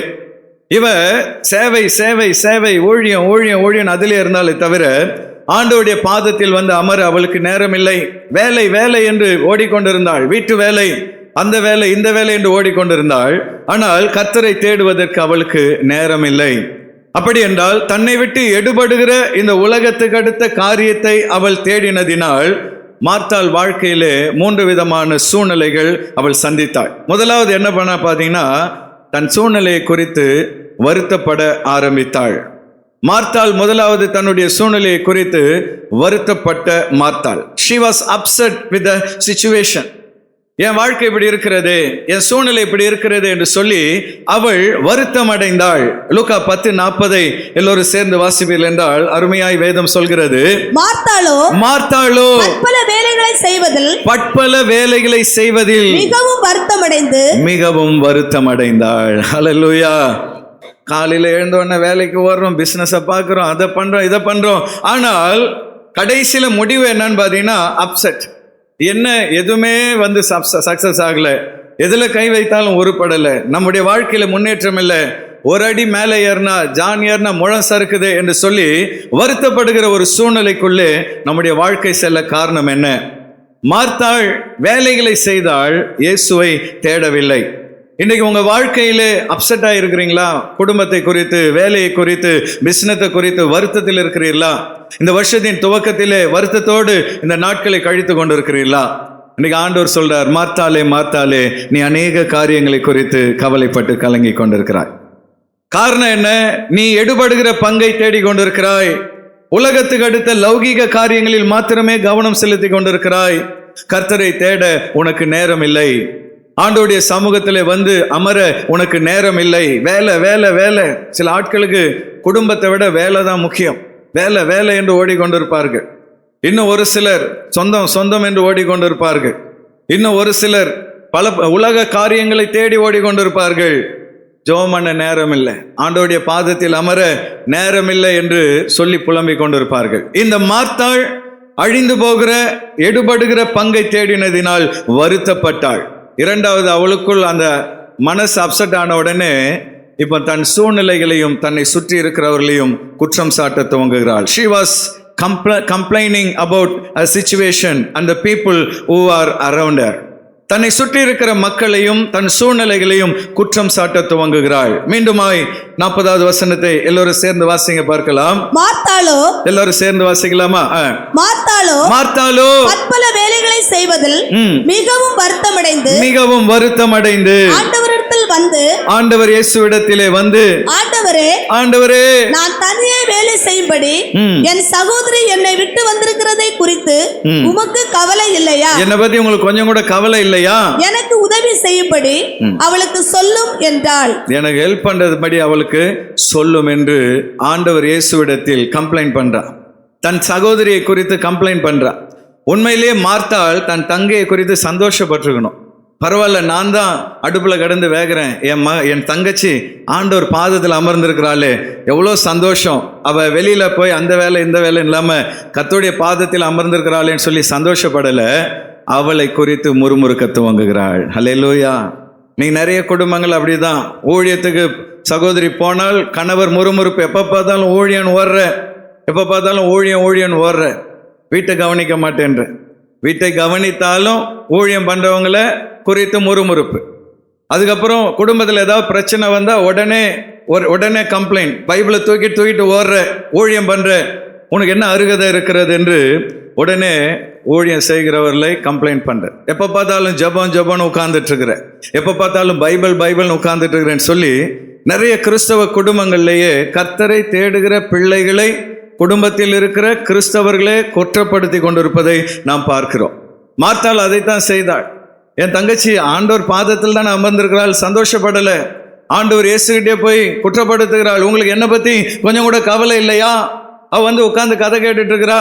அமுச்சு வைங்க என் கூட வேலைக்கு என்று சொல்லி அவள் தானும் வேதனைப்படுவதும் இல்லாமல் தன் சகோதரி சந்தோஷமாக இருப்பதை பார்த்து பொறாமைப்பட்டு குற்றம் சாட்ட துவங்குகிறாள். இந்த காலை வேளையில் அன்பான தேவ பிள்ளைகளே, கர்த்தருக்கு அடுத்த காரியத்திலே ஒருவரை ஒருவர் குற்றம் சாட்டி கொண்டிருப்பீர்கள் என்றால் இன்றைக்கு ஆண்டவர் சொல்கிறார், அந்த காரியங்களை மாற்றிக்கொள்ளுங்கள். ஹல்லேலூயா. அதே நேரத்தில் ஜபம் சொல்லி வீட்டு வேலையும் கவனிக்காமல் இருந்துடாதீங்க. பின்னாடி நம்ம மரியாதை பார்க்கிறோம், ரெண்டுத்தையும் அவன் பேலன்ஸ் பண்றான். வீட்டு வேலையும் செய்கிறாள், கர்த்தருடைய பாதத்திலும் அமர்கிறாள். அப்போ உங்க குடும்பத்திலே உங்க பிள்ளைகளோ கணவரோ மனைவியோ ஆண்டவருடைய ஊழியத்தை செய்தால் அதை குறித்து சந்தோஷப்படுங்க. பிள்ளைங்க ஜெபம் பண்றாங்கன்னா சந்தோஷப்படுங்க. வேதத்தை வாசிக்கிறாங்கன்னா சந்தோஷப்படுங்க. கர்த்தருடைய சமூகத்துக்கு வருகிறார்கள் என்றால் சந்தோஷப்படுங்க. அதை விட்டுட்டு அவர்களை குற்றப்படுத்தி முறுமுறுத்து கொண்டு இருக்காதீர்கள். மார்த்தாளோ ஆண்டவர் இயேசுவிடத்திலே வந்து அவளை எனக்கு உதவி செய்யும்படி சொல்லும் என்று குற்றப்படுத்துகிறாள். அது மாத்திரமல்ல, மூணாவது ஆண்டவர் இயேசு சொல்றாரு, மார்த்தாள் பல காரியங்களை குறித்து கவலைப்பட்டு கலங்கி கொண்டிருந்தாள். இந்த ஒரு விஷயம் இல்லை, அவ மைண்ட்ல பல கவலைகள் இருந்தது. வேதத்திலே லூக்கா 10வது அதிகாரம் 41வது வசனத்திலே தெளிவாக சொல்லப்பட்டிருக்கிறது. வாசிங்க பார்க்கலாம். இயேசு அவளுக்கு பிரதித்திரமாக தன்னிடத்தில் முறுமுறுத்த மார்த்தாளை பார்த்து இயேசு அவளுக்கு சொன்ன பதில் என்ன? மார்த்தாளே, நீ அநேக காரியங்களை குறித்து கவலைப்பட்டு கலங்குகிறாய். நீ அநேக காரியங்களை குறித்து கவலைப்பட்டு கலங்கி கொண்டிருக்கிறாய். ஹல்லேலூயா. இது இந்த முறுமுறுப்பு, இந்த கவலை திடீர்னு வரல. அவள் லைஃப்ல பல விஷயங்களை குறித்து ரொம்ப நாளா கவலைப்பட்டு கொண்டிருக்கிறாள். என்ன கவலைன்று ஆண்டவர் சொல்லலைங்க. ஆனால் நாம கெஸ் பண்ண முடியும். எனக்கு அப்பா அம்மா இல்லை, நான் வீட்டில் மூத்த பொண்ணு, எனக்கு இன்னும் கல்யாணம் ஆகலை, என் தங்கச்சியை நான் எப்படி கரை ஏற்றுவேன், என் தம்பியை நான் எப்படி கரை ஏற்றுவேன், இப்படி தன்னுடைய குடும்பத்தை குறித்து அவள் கவலைப்பட்டு கொண்டு இருந்திருக்கலாம். அல்லது நான் இன்னைக்கு ஆண்டவரை நான் உபசரிச்சிட்டேன், வீட்டில் இருக்கிற எல்லா பொருளும் தீர்ந்து போயிடும், நாளைக்கு நான் என்ன செய்வேன் என்று நாளைய தினத்தை குறித்து அவள் கவலைப்பட்டு கொண்டு இருந்திருக்கலாம். எதற்காக அவள் கவலைப்பட்டாள் என்று தெரியவில்லை. ஆனால் இயேசு சொல்றாரு, நீ 1-2 காரியத்தை குறித்து கவலைப்படல, அநேக காரியங்களை குறித்து கவலைப்பட்டு கலங்கி கொண்டிருக்கிறாய். பக்கத்தில் அவங்க கைப்பிடிச்சு அவங்க முகத்தை கொஞ்சம் பாருங்க, முழிச்சிருக்கிறாங்களா, தூங்குறாங்களா கொஞ்சம் பார்த்துட்டு, சகோதரனே சகோதரியே, அநேக காரியங்களை குறித்து கவலைப்படுகிறீர்களா? கவலைப்படாதீங்க. இன்னைக்கு ஆண்டவர் அதான் சொல்றார், அநேக காரியங்களை குறித்து என்ன பண்ணாத, கவலைப்படாது. அது இல்லை இது இல்லை, எதை பற்றி நீ கவலைப்படாத. உனக்கு என்ன தேவை என்று நீ அறிந்திருப்பதை விட உன்னை படைத்த தேவன் எல்லாவற்றையும் அறிந்து வைத்திருக்கிறார். ஹல்லேலூயா. உன் தேவைகளை நீ அறிந்ததை விட உன்னை உங்க அப்பா நல்லா அறிந்து வைத்திருக்கிறார். எந்த நேரத்தில் உனக்கு என்ன கொடுக்கணும்னு அவருக்கு நன்றாக தெரியும். நீ அதை பற்றி கவலைப்பட வேண்டிய அவசியமே இல்லை. உணவை குறித்தோ, உடையை குறித்தோ, இடத்தை குறித்தோ, உன் குடும்பத்தை குறித்தோ, சூழ்நிலைகளை குறித்தோ நீ கவலைப்பட்டு கலங்க வேண்டிய அவசியம் இல்லை. இதில் என்ன ஆச்சரியம்னா, இயேசு இல்லாத வரைக்கும் அந்த வீட்டில் கவலை இருந்தது நியாயம்தான். பல விஷயங்களை குறித்து கவலைப்பட்டிருக்கலாம். ஆனால் இப்பொழுது அந்த வீட்டுக்குள் யார் வந்திருக்கிறது? சமாதான பிரபுவாகிய இயேசு வந்திருக்கிறார். ஆனால் அவரை வீட்டில் வச்சுக்கிட்டே இந்த அம்மா என்ன பண்ணிட்டு இருக்குது? நிறைய பேருடைய வாழ்க்கை அப்படிதான். ஆண்டவர் இயேசுவை தன் இதயத்தில் வைத்து கொண்டு இந்த அம்மா என்ன பண்ணிட்டு இருப்பாங்க? கவலைப்பட்டு கொண்டு இருப்பார்கள். எதுக்கு எடுத்தாலும் கவலை. நல்லதை குறித்தும் கவலை, கெட்டதை குறித்தும் கவலை. ஒரு சர்ச்சில் ஒரு விவசாயி இருந்தார். இவர் எப்பவுமே வந்து கவலைப்பட்டு கொண்டே இருப்பார். பாஸ்டர்கிட்ட வந்து வாரம் ஜெபம் பண்ணுவார். பாஸ்டர், இந்த வருஷம் மழை பெய்யல, நல்ல மழை பெய்யணும்னு ஜெபம் பண்ணுங்க. அடுத்த முறை வருவார், மழை பெஞ்ச பாஸ்டர் ஜெபம் பண்ணி மழை பெஞ்சிரும், பயிர் விளையும். ஆனால் மறுபடியும் சோகமாக வந்து நிற்பார். இப்போ நீங்களாம் உட்காந்துருக்கிற மாதிரி சோகமாக வந்து நிற்பார். பாஸ்டர், பயிர் விளைஞ்சிடுச்சு, ஆனால் பூச்சி அடிக்குது, பூச்சி அடிக்கூடாதுன்ட்டு ஜெபம் பண்ணுங்க. பாஸ்டர் ஜெபம் பண்ணுவார்.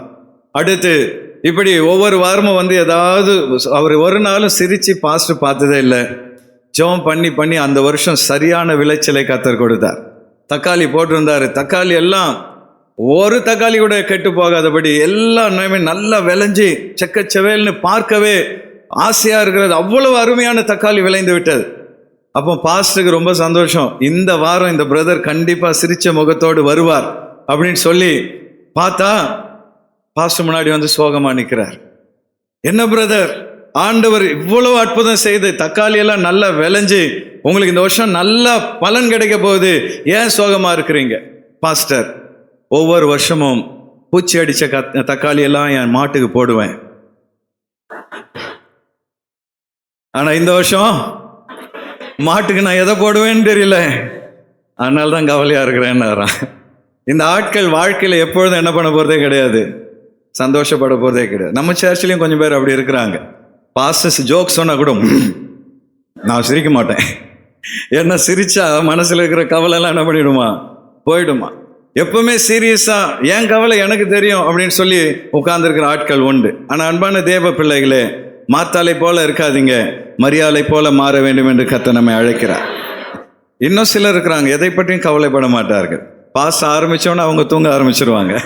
ஒரு சிலர் தூங்கிட்டு இருக்கிறாங்க.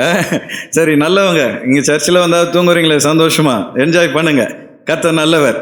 பாருங்க, எடுபடுகிற ஒரு பங்கை மாத்தால் தெரிந்தெடுத்தாள். கடைசியில் அதனால் வந்த பலன் என்ன? வருத்தங்கள், குற்றச்சாட்டுகள், கவலைகள். அன்பான தேவ பிள்ளைகளே, இந்த பூமிக்கு அடுத்த காரியங்களை மாத்திரம் தேடிட்டு இருந்தீங்கன்னா, அல்லது கர்த்தரை தேடாமல் இந்த பூமிக்கு அடுத்த உலக காரியங்களை மாத்திரம் தேடிட்டு இருந்தீங்கன்னா, கடைசியில் மிஞ்ச போறது வருத்தமும் கவலைகளும் வேதனைகளும் தான். ஆனால் மரியாள் அப்படி அல்ல. அவள் ஒரு பங்கை தெரிந்து கொண்டாள். ஹல்லேலூயா. அவள் என்ன பங்கை தெரிந்து கொண்டாள்? வேதம் சொல்கிறது, எடுபடாத நல்ல பங்கை தெரிந்து கொண்டாள். A portion that cannot be taken away. தன்னை விட்டு யாரும் எடுக்க முடியாத ஒரு நல்ல பங்கை அவள் தேர்ந்தெடுத்தாள். ஹல்லேலூயா. அன்பான தேவ பிள்ளைகளே, ஆண்டவர் இயேசுவே மரியாளை பாராட்டக்கூடிய நிலைமையிலே மரியாள் ஒரு அருமையான ஒரு பங்கை தேர்ந்தெடுத்தாள். அது என்ன பங்கு அப்படின்னு பார்த்தீங்கன்னா, ஆண்டவர் இயேசுவின் உறவை தேடினாள். ஹல்லேலூயா. இயேசுவோடு கூட உறவாடிய மரியாள், ஆண்டவர் இயேசுவோடு கூட பேசி உறவாடி மகிழ்ந்த மரியாள். லூக்கா 10வது அதிகாரம் 39வது வசனத்திலே மரியாளை குறித்து அருமையாய் சொல்லப்பட்டிருக்கிறது. வாசிங்க பார்க்கலாம். அவளுக்கு மரியாள் எனப்பட்ட ஒரு சகோதரி இருந்தாள். அவள் இயேசுவின் பாதத்திருகே உட்கார்ந்து அவருடைய வசனத்தை கேட்டுக்கொண்டிருந்தாள். கைகளை வைத்து ஒரு அல்லேலூயா சொல்லலாமா? மரியாள் என்ன பண்ணிட்டு இருந்தாலாம்? ஹாலில் இயேசு உட்கார்ந்துருக்கிறாரு, ஒரு சேர்ல உட்கார்ந்துருக்கிறாரு. அவரை சுற்றி 12 சீஷர்கள் கூட அவருக்கு உதவி செய்யக்கூடிய சகோதரிகள் ஒரு 20 பேர் இருக்கிறாங்கன்னு வச்சுக்கிடுங்களேன். அந்த ஹாலில் இயேசுவின் பாதத்துக்கு பக்கத்தில் போய் என்ன பண்ணிட்டாலாம்? உட்காந்துட்டாலாம். இது என்ன பெரிய விஷயம் அப்படின்னு நீங்கள் நினைக்கலாம். 2000 வருஷத்துக்கு முன்பாக வாலிப பெண்கள் பெரியவர்கள் அருகில் வரக்கூடாது. இப்போ மாதிரி கிடையாது. இப்போ எட்டி உதைக்கிறான் தாத்தாவெல்லாம். அப்போல்லாம் அப்படி கிடையாது. பெரியவங்களுக்கு அவ்வளோ மரியாதை. அதுவும் வீட்டில் ஊழியக்காரர்கள் கனத்துக்குரியவங்க வந்துட்டா சின்ன பிள்ளைகள் அவங்க பக்கத்தில் போகக்கூடாது. அதுவும் பெண் பிள்ளைகள், வயசுக்கு வந்த பெண் பிள்ளைகள் கிச்சனை விட்டு வெளியே வரக்கூடாது. அப்படிப்பட்ட கட்டுப்பாடுகள் நிறைந்த அந்த நாட்களில் மரியாள் தனக்கு கொடுக்கப்பட்ட வேலையெல்லாம் கடகடன் செஞ்சு முடிச்சுட்டு வரவங்களுக்கெல்லாம் தண்ணி கொடுக்கணும்னா கொடுத்துட்டு மறுபடியும் கிச்சனுக்குள்ளே போயிடணும். அங்கே நின்று பேசக்கூடாது. அதுதான் அந்த நாட்களின் கட்டுப்பாடு. ஆனால் இவ கடகடன் எல்லா வேலையும் முடிச்சுட்டு யாரை பற்றியும் கவலைப்படல, நேரம் ஆண்டவர் இயேசுவின் பாதத்து அருகில் போய் உட்காந்துட்டா. உட்காந்து சும்மா உட்காந்து இல்லை, அவங்க பேசுறதை கேட்டுட்டு இல்லை, இவளும் என்ன பண்றா? ஆண்டவரோடு கூட பல கேள்விகளை கேட்கிறாள். அங்கே சொல்லப்பட்டிருக்கிறது, அவள் இயேசுவின் பாதத்தருகே உட்கார்ந்து அவருடைய வசனத்தை கேட்டு கொண்டிருந்தாள். கைகள் வைத்து ஒரு அல்லேலூயா சொல்லலாமா? ஜெபம் என்பது ஆண்டவருடைய பாதத்தில் அமர்ந்து அவர் பேசுவதை கேட்பது. அல்லேலூயா. ஜெபம் அப்படின்ன உடனே நாம என்ன பண்றோம்? பரமண்டலங்களில் இருக்கிற எங்கள் பிதாவே உம்முடைய ராஜ்யம் வருவதாக கடன்ட்டு என்ன பண்ணிடுறோம்? ஒப்பிச்சுட்டு போயிடுறோம். ஆனா ஜெபம்ன்றது ஒன் வே கம்யூனிகேஷன் கிடையாது. நீ மட்டும் பேசுவதல்ல, ஆண்டவர் பேசுவதை கேட்பதுதான் ஜெபம். அல்லேலூயா. இங்க இயேசு பேசின வசனத்தை அவள் காது கொடுத்து கேட்டுக்கொண்டிருந்தாள். அப்படி என்றால் அன்பான தேவ பிள்ளைகளே, ஆண்டவருடைய வார்த்தைகளை கேட்பதுதான் நம்முடைய வாழ்க்கையில் நம்மை விட்டு எடுபடாத நல்ல பங்காக இருக்கிறது. இப்பெல்லாம் நீங்க எந்த பங்கை நீங்க தெரிந்தெடுத்திருக்கிறீங்க? நீங்க எல்லாம் நல்ல பங்கை தெரிந்தெடுத்திருக்கிறீர்கள். வீட்டில் தூங்கிட்டு இருக்கிறவங்களாம் என்ன பண்ணிட்டு இருக்கிறாங்க? அவங்க எடுபடுகிற பங்கை தெரிந்தெடுத்திருக்கிறார்கள். நீங்க காலையில எழுந்து பனியா இருந்தாலும் குளிரா இருந்தாலும் கடகடன் ஆயத்தமாகி வந்துட்டீங்க. அப்போ நல்ல பங்கை தெரிந்து கொள்வது என்பது என்ன? இயேசுவின் பாதத்தில் அமர்ந்து அவர் பேசுவதை கேட்பதும் அவரோடு கூட பேசுவதும். ஜெபம் என்பது ஏதோ கடமைக்காக செய்கிற ஒன்று அல்ல, ஆண்டவரோடு கூட ஒரு உறவை ஏற்படுத்துகிற ஒரு அனுபவம். இந்த காலை வேளையிலே ஒருவேளை ஆண்டவரோடு ஜெபிக்கிற அனுபவம் உனக்கு இல்லை என்றால், காலையில் எழுந்து அவரோடு உறவாடுகிற, அவரோடு கூட ஜெபத்திலே தரித்திருக்கிற அனுபவம் இல்லை என்றால், இன்றைக்கு ஆண்டவர் சொல்றாரு, மார்த்தாளை போல நீ கவலைப்பட்டு கலங்காமல் மரியாளை போல சந்தோஷமா இருக்க வேண்டும் என்றால் இயேசுவோடு கூட ஒரு உறவை நீ ஏற்படுத்தி கொள்ள வேண்டும். அல்லேலூயா. அவரோடு கூட ஒரு ரிலேஷன்ஷிப், அவரோடு கூட ஒரு உறவை ஏற்படுத்தி அவர் பாதத்தில் அமர்கிற ஒரு பழக்கத்தை ஏற்படுத்தி கொண்டால் இந்த பூமியில் மாத்திரமல்ல மறுமையிலும் அது உன்னை தொடர்ந்து வரும் என்று கர்த்தர் சொல்கிறார். ஹல்லேலூயா. ஜெபம் என்பது சாதாரண விஷயம் கிடையாது. எல்லாரும் கவனிங்க. ஜெபம்ன்றது நீங்க நினைக்கிற மாதிரி சாதாரண விஷயம் கிடையாது. நீங்க பண்ணுகிற ஒவ்வொரு ஜெபமும் தூபமாக பரலோகத்தை அடைந்து கொண்டிருக்கிறது. எந்த ராக்கெட்டும் போக முடியாத இடத்துக்கு உன்னுடைய ஜெபம் போய் கொண்டிருக்கிறது. ஹல்லேலூயா. அது மாத்திரமல்ல, அந்த ஜெபத்தை ஆண்டவர் காது கொடுத்து கேட்டு கொண்டிருக்கிறார். நீ ஆண்டவரோடு பேசுகிற ஒவ்வொரு வார்த்தையும் கர்த்தர் கவனிக்கிறார். அவர் உன்னுடைய மனதிலிருந்து எழும்புகிற ஒவ்வொரு ஜெபத்தையும் கர்த்தருடைய கண்கள் பார்க்கிறது, செவிகள் கவனித்து கொண்டிருக்கிறது. இந்த காலை வேளையிலே கர்த்தரோடு ஒரு உறவை ஏற்படுத்தி இருக்கிறாயா? இந்த வருஷத்தின் துவக்கத்திலிருந்து ஆவியானவர் தொடர்ந்து சொல்லுகிற விஷயம் அதுதான். நீ கர்த்தரோடு ஒரு உறவை ஏற்படுத்து. ஆண்டவரோடு கூட ஒரு நெருங்கிய ஒரு ரிலேஷன்ஷிப், கர்த்தரோடு கூட உறவாடுகிற ஒரு அனுபவம் உனக்கு தேவை. இந்த மரியாள் அவள் யாரை குறித்தும் கவலைப்படவில்லை. சில பேர் வந்தா கை தட்டுறதுக்கு யோசிப்பாங்க, வாய் திறந்து பாட யோசிப்பாங்க. எல்லாரும் கை அசைச்சு ஜெபம் பண்ணிட்டு இருப்பாங்க. இவங்க கை கட்டிட்டு என்ன பண்ணுவாங்க? உட்கார்ந்துருப்பாங்க. கை கட்டி உட்காருவது 2 காரியங்களை நான் சைக்காலஜி தெரிஞ்சதுனால சொல்கிறேன். கை கட்டி அமர்ந்திருப்பது முதல்ல அது தாழ்வு மனப்பான்மை குறிக்கிறது, தாழ்வு மனப்பான்மை. 2வது கை கட்டி அமர்ந்திருப்பது சில நேரம் நான் அப்படி தான் இருப்பேன், நீ என்ன பண்ணுறியோ பண்ணிக்கோ அப்படின்ற மாதிரியும் அர்த்தம் இருக்கிறது. ஆண்டவருடைய சமூகத்தில் கை கட்டி அமராதிங்க, நல்ல கை தட்டி ஆண்டவரை துதியுங்கள். அல்லேலூயா. கைகளை அசைத்து ஆண்டவரை ஆராதனை செய்யுங்க. நம்முடைய சரீரம் கர்த்தரை ஆராதனை செய்ய செய்ய ஆண்டவர் அதில் மகிமைப்படுகிறார். வீட்டில் நல்லா நேர் முட்டி போட்டு ஜெபம் பண்ணுங்க. பக்கத்தில் உங்கள் கைப்பிடிச்சு சொல்லுங்க, நேர் முட்டி போட்டு ஜெபம் பண்ணுங்க. உங்களுக்கு சீக்கிரம் மூட்டு வலியெல்லாம் சரியாயிடும். அல்லேலூயா. முட்டி போட்டு ஜெபம் பண்ணுறது ஒரு எக்ஸசைஸ், தெரியுமா உங்களுக்கு? நிறைய பேருக்கு அது தெரியறதில்ல. காலையில் ஒரு 5 நிமிஷமாவது நேர முழங்கால் படிட்டு கொஞ்ச நேரம் ஆண்டவரை ஸ்தோத்திரம் பண்ணுங்க. நல்ல கைகளை உயர்த்தி கர்த்தரை துதிச்சு பாருங்க, ஜெபம் பண்ணி பாருங்க. அந்த நாளெல்லாம் உங்களுக்கு ஒரு ஆசீர்வாதமான நாளாய் மாறிடும். நீ ஆண்டவரை தேடாமல் கர்த்தருடைய பாதத்தில் அமராமல் வேலைன்னு ஓடிக்கொண்டிருந்தால் மார்த்தாளை போல நீ வாழ்நாள் எல்லாம் கவலைப்பட்டு கொண்டே இருக்க வேண்டியதுதான். மரியாளை போல இயேசுவின் பாதத்தில் உறவாடுவாய் என்றால் கர்த்தர் நிச்சயமாய் இந்த வருடத்தை ஆசீர்வாதத்தின் வருடமாய் மாற்றுவார். 2வது, அன்பான தேவ பிள்ளைகளே, இயேசுவோடு கூட மரியாள் உறவாடினது மாத்திரமல்ல, அவருடைய உபதேசத்தை அவள் காது கொடுத்து கேட்டாள். உபதேசத்தை கேட்ட மரியாள். 39வது வசனத்தை மறுபடியும் எல்லோரும் சேர்ந்து வாசிங்க பார்க்கலாம். அவளுக்கு மரியாள் எனப்பட்ட ஒரு சகோதரி இருந்தாள். அவள் இயேசுவின் பாதத்தருகே உட்கார்ந்து அவருடைய வசனத்தை கேட்டுக்கொண்டிருந்தாள். கைகளை அல்லேலூயா சொல்லலாமா? மார்த்தாள் எங்க இருந்தாள்? மார்த்தாள் எங்க இருந்தாள்? சமையல் கட்டில் வேலை செய்து கொண்டிருந்தாள். மரியாள் எங்க இருக்கிறாள்? இங்கே இயேசுவின் பாதத்தில் அமர்ந்திருக்கிறாள். 2 பேரும் ஒரே விஷயத்தை தான் செய்யறாங்க. மார்த்தாள் வயிற்றுக்குரிய உணவுக்காக சமையல் கட்டில் இருந்தாள். இவளோ ஆவிக்குரிய உணவுக்காக இயேசுவின் பாதத்தில் இருந்தாள். வயிற்றுக்குரிய உணவு என்னதான் பிரியாணி சாப்பிட்டாலும் மறுநாள் எங்க போயிடும்? அது போக வேண்டிய இடத்துக்கு போயிடும். ஆனா இன்னைக்கு நீங்க சாப்பிட்ற இந்த வேத வசனம் நாளைக்கு அழிஞ்சிடுமா? அழியவே அழியாது. இன்னைக்கு நீங்க சாப்பிடுகிற இந்த வசனம் என்கிற உணவு வாழ்நாளெல்லாம் உங்கள் இருதயத்தில் இருந்து நிலை நிற்கும். அல்லேலூயா. ஆனா இன்னைக்கு விசுவாசிகள் எதை அதிகமா தேடுறாங்க? ஞாயிற்றுக்கிழமை வயிற்றுக்கு அடுத்த காரியத்தை தான் தேடி ஓடிட்டு இருக்கிறாங்க. இது அழிந்து போகிற உணவு, அழியாத உணவு ஆண்டவர் இயேசு கிறிஸ்து ஒருவர் மாத்திரமே. அவர் வாயிலிருந்து புறப்படுகிற வார்த்தைகள் தான் வானத்து அப்பமாக இருக்கிறது. இயேசு சொல்றார், நான் வானத்திலிருந்து இறங்கின மன்னாவாக இருக்கிறேன். அப்ப அவருடைய வசனங்கள் பூமியிலிருந்து வந்தவைகள் அல்ல, வானத்திலிருந்து வந்த வார்த்தைகள். பூமியிலிருந்து வருகிற உணவு மறுபடியும் பூமிக்கு போயிடும். ஆனா வானத்திலிருந்து வருகிற வசனம் நம்மை பரலோகத்துக்கு ஒரு நாள் கொண்டு செல்லும். இன்னைக்கு நீ எதை தேடுகிறாய்? ஞாயிற்றுக்கிழமை ஆண்டவரை தேடணுன்ற துடிப்பு உனக்குள் இருக்கிறதா? உன் குடும்பத்தில் சபைக்கு வராதவங்க இருந்தா அவங்கள சபைக்கு அழைத்து வரணுன்ற வாஞ்சை உனக்குள் இருக்கிறதா? ஏதோ நான் வந்தேன், நான் சாப்பிட்டு போறேன், எனக்கு சந்தோஷம் என்று விட்டு விடுகிறீர்களா? நீங்க சர்ச்சை கிளம்புற நேரம் குழந்தைங்க தூங்கிட்டு இருக்கிறாங்க, சரி தூங்குற குழந்தைய ஏன் டிஸ்டர்ப் பண்ணணும்ட்டு விட்டுட்டு வந்துடுறீங்களா? அல்லது நான் சபைக்கு போறேன், நான் ஆண்டவருடைய வார்த்தையை கேட்கிறேன், என் பிள்ளைகளுக்கு அது தேவை என்ற வாஞ்சை உனக்குள் இருக்கிறதா?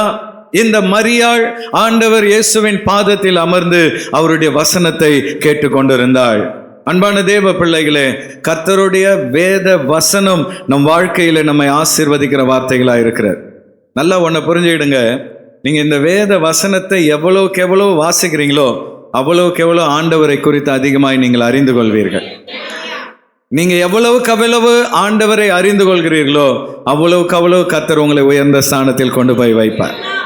அவன் என் நாமத்தை அறிந்திருக்கிறபடியினால் அவனை உயர்ந்த அடைக்கலத்தில் வைப்பேன். ஹல்லேலூயா. நான் என்னுடைய லைஃப் உங்களுக்கு தெரியும். நான் வாலிப வயதில் ரொம்பலாம் படிக்கலை. 10வது வரைக்கும் படிச்சுட்டு ஐடிஐ முடிச்சுட்டு ஒரு வேலைக்கு போயிட்டேன். ஆனால் நான் ரட்சிக்கப்பட்ட முதல் இந்த வேத வசனத்தை வாஞ்சையாய் வாசிக்க துவங்கினேன். இன்றைக்கும் இந்த வேதத்தை நான் நேசிக்கிறேன்.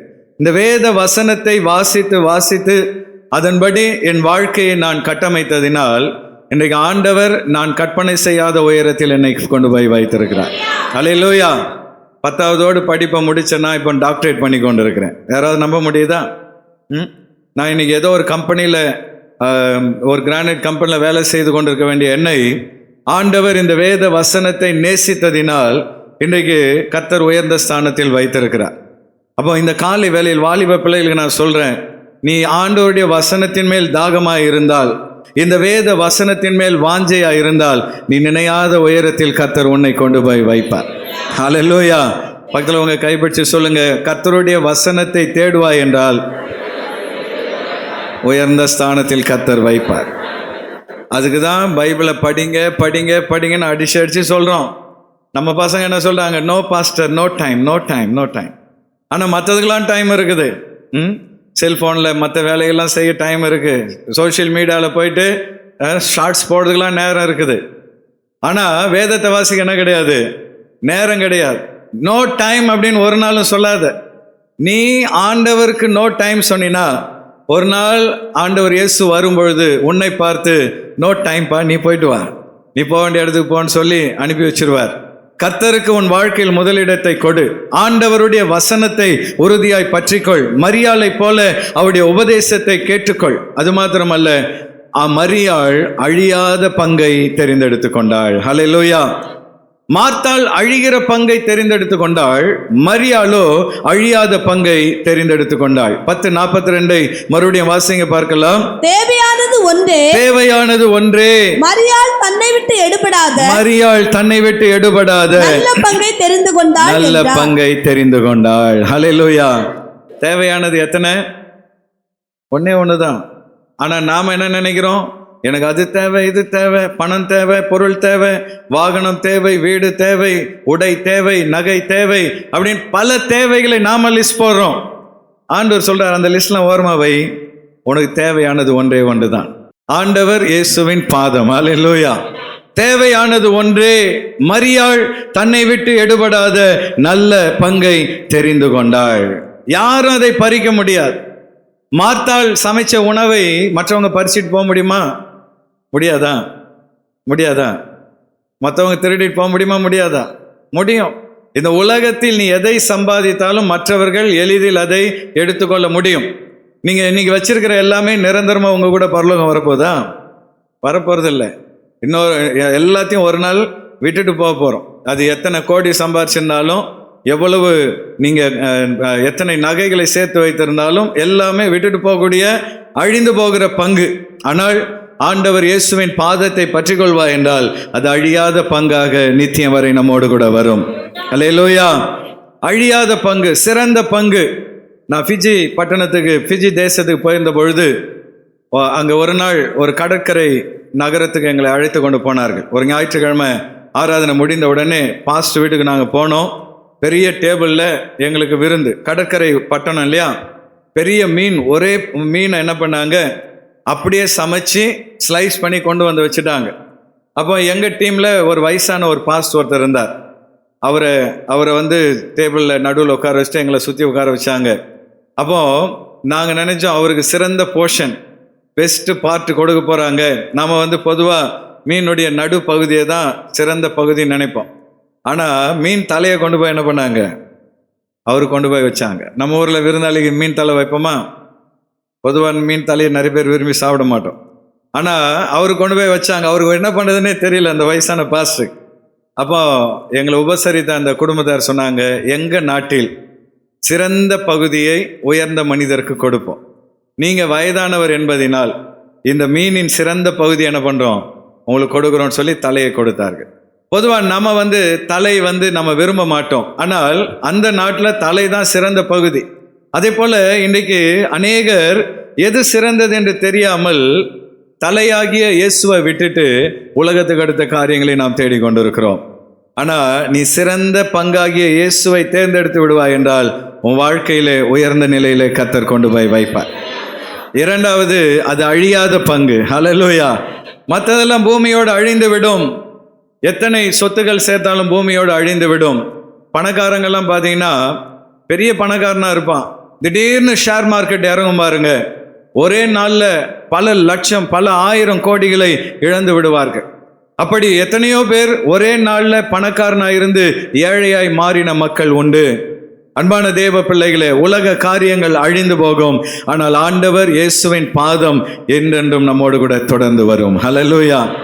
இன்றைக்கு நீ எதை தெரிந்தெடுத்திருக்கிறாய்? இந்த வருஷத்தின் இந்த முதல் மாதத்திலே ஆவியானவர் உன்னை பார்த்து கேட்கிற கேள்வி, நீ தெரிந்தெடுத்திருக்கிற பங்கு எது மகனே? நீ தெரிந்தெடுத்திருக்கிற பங்கு எது மகளே? வேலை தவறல்ல, பணம் சம்பாதிப்பது தவறல்ல. ஆனால் அந்த வேலையோடு கூட மரியாளை போல ஆண்டவர் இயேசுவின் பாதத்தையும் தேடுவா என்றால் உன் வாழ்க்கை ஆசீர்வாதமாய் மாற்றப்படும். ஹல்லேலூயா. வேலை வேலை வேலைன்ட்டு மார்த்தாளை போல அதையே நினைச்சிட்டு இருந்தீங்கன்னா ஒரு நாள் விரக்தியும் வேதனையும் கொண்டு வந்து விடும். இன்றைக்கு எந்த பங்கை நீ தேர்ந்தெடுக்கிறாய்? ஒரு முறை ஒரு ராஜா வெளிநாட்டுக்கு போய் ஏராளமான ரத்தினங்கள், மாணிக்கங்கள், வைரங்கள், வைடூரியங்கள் எல்லாம் வாங்கி கொண்டு பல மூட்டைகளை கட்டி கொண்டு திரும்ப ஒட்டகத்தில் வந்து கொண்டிருந்தார். அந்த பொருட்களை எல்லாம் ஒவ்வொரு வீரர்கள் கையில் கொடுத்து பாதுகாப்பாக எல்லாரும் வராங்க. அந்த நேரத்தில் நல்ல மதியான நேரம், எங்கேயாவது வெயிலுக்கு ஒதுங்கலாம் என்று நினைத்த நேரத்திலே திடீரென்று ஒரு மூட்டை அவிழ்ந்து அதில் இருந்த எல்லா அந்த வைரங்கள், வைடூரியங்கள்லாம் கீழே சிதறி விட்டது. இப்போ அதை ஒன்று ஒன்றா எடுத்துக்கிட்டு இருந்தால் வெயில் அதிகமாகிடும், இது ரொம்ப நேரம் வெயிலில் இருக்க முடியாது. ஆகவே ராஜா என்ன சொன்னார், வீரர்களே, யார் யாருக்கு என்னென்ன கிடைக்குதோ நீங்கள் எடுத்து வைத்து கொள்ளுங்கள் என்று சொல்லி ராஜா சொன்ன உடனே அத்தனை வீரர்களும் அடித்து பிடித்து எனக்கு உனக்கு என்று சொல்லி கீழே இருந்த பொன், வெள்ளி என்னென்னலாம் கைக்கு வருதோ எடுத்து பாக்கெட்டில் விட்டுக்கிட்டாங்க. அப்போ ராஜா திரும்பி பார்த்தா அவர் பக்கத்தில் இருக்கிற மெய்க்காவலன் மாத்திரம் அப்படியே ஈட்டியை வச்சுட்டு அப்படியே நிற்கிறார், அசையவே இல்லை. ராஜா சொன்னார், வீரனே, உனக்கு பொன் மீதும் பொருள் மீதும் ஆசை இல்லையா? எல்லாரும் ஓடி போய் எடுத்துட்டு இருக்கிறாங்க, நீ என்னப்பா என் பக்கத்தில் நின்றுட்டு இருக்கிற? அப்போ அந்த வீரன் சொன்னான், ராஜாவே, கீழே கிடக்கிற அந்த பொன் வெள்ளியை விட எனக்கு நீங்க தான் விலையேற பெற்றவர். உங்களை பாதுகாக்க தான் நான் வந்திருக்கிறேன், என் கடமை நான் தவற மாட்டேன்னு சொல்லி அப்படியே நின்னானா. ராஜாவுக்கு எப்படி இருந்திருக்கும்? ஒரே சந்தோஷமாகிவிட்டது. அரண்மனைக்கு போன உடனே நடந்ததெல்லாம் அந்த அவையில சொல்லி அந்த வீரனை வரவழைத்து, நீ வந்து கீழே கிடக்கிற பொண்ணை விட நான் தான் முக்கியம்னு சொன்னியே, நீ என்னை ரொம்ப டச் பண்ணிட்டடா அப்படின்னு சொல்லி ஒரு மூட்டை பொண்ணை கொடுத்து என்ன பண்ணாரா, ப்ளஸ் பண்ணாரா, நீ வச்சுக்கோ அப்படின்னு சொல்லி. கூட இருந்த வீரர்கள்லாம் என்ன ஆச்சு, வயிறு எரியுது, நாம என்ன 2-3 தான் கிடைச்சது, இவனுக்கு என்ன கிடைச்சிச்சு, மூட்டையாக கிடைச்சிச்சுன்னு சொல்லி எல்லாரும் அவனை பார்த்து வயிறு எறிந்தார்கள். அன்பான தேவ பிள்ளைகளே, அதைத்தான் நம்முடைய ராஜாதி ராஜா நமக்கு செய்ய போகிறார். ஹல்லேலூயா. கீழே கிடக்கிற லௌகிக காரியங்களை தேடி ஓடிட்டு இருக்கிற, அது வேணும் இது வேணும், பூமிக்கு அடுத்த காரியங்களை தேடி ஓடிட்டு இருக்கிற. ஆனால் யார் அப்பா பக்கத்தில் நிற்கிறாங்களோ அவங்க இந்த பூமியில் மாத்திரமல்ல மறுமையிலும் பிரதான ஆசீர்வாதங்களை பெற்றுக்கொள்வார்கள். ஹல்லேலூயா. மார்த்தாளை போல எடுபடுகிற பங்கை தேடுகிறாயா?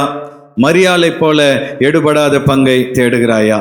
கர்த்தருடைய ஆவியானவர் நம்மை கேட்கிறார். ஹல்லேலூயா. வந்து எல்லாரும் எழும்பி நின்று கொஞ்ச நேரம் ஆண்டவரை ஸ்தோத்திரம் பண்ணுவோம். கொஞ்ச நேரம் உங்க மனதை யோசித்து பாருங்க, எதை தேடுகிறேன்? எதை தேடி என் வாழ்க்கை ஓடிக்கொண்டிருக்கிறது? எதை தேடி நான் ஓடிக்கொண்டிருக்கிறேன்? கொஞ்ச நேரம் ஆண்டவருக்கு நம்ம அர்ப்பணிப்போம். இந்த காலை வேளையிலே கர்த்தர் இதுவரை நம்ம கொடுத்த நன்மைகளுக்காக கைகளை தட்டி எல்லாரும் அப்பாவுக்கு முதல்ல நன்றி சொல்லலாமா? ஹல்லேலூயா. நல்ல மனதார அப்பாவை ஸ்தோத்திரம் பண்ணலாமா? எல்லாரும் உள்ளத்தின் ஆழத்திலிருந்து, இயேசுவே உமக்கு ஸ்தோத்திரம் ஸ்தோத்திரம் ஸ்தோத்திரம் ஸ்தோத்திரம். ஓரியவனு ஷபலபரணமா ரீகபலபரிய மனுஷபரணமா. உன் நீதியின் விளைச்சலை வர்த்திக்க பண்ணுவேன்.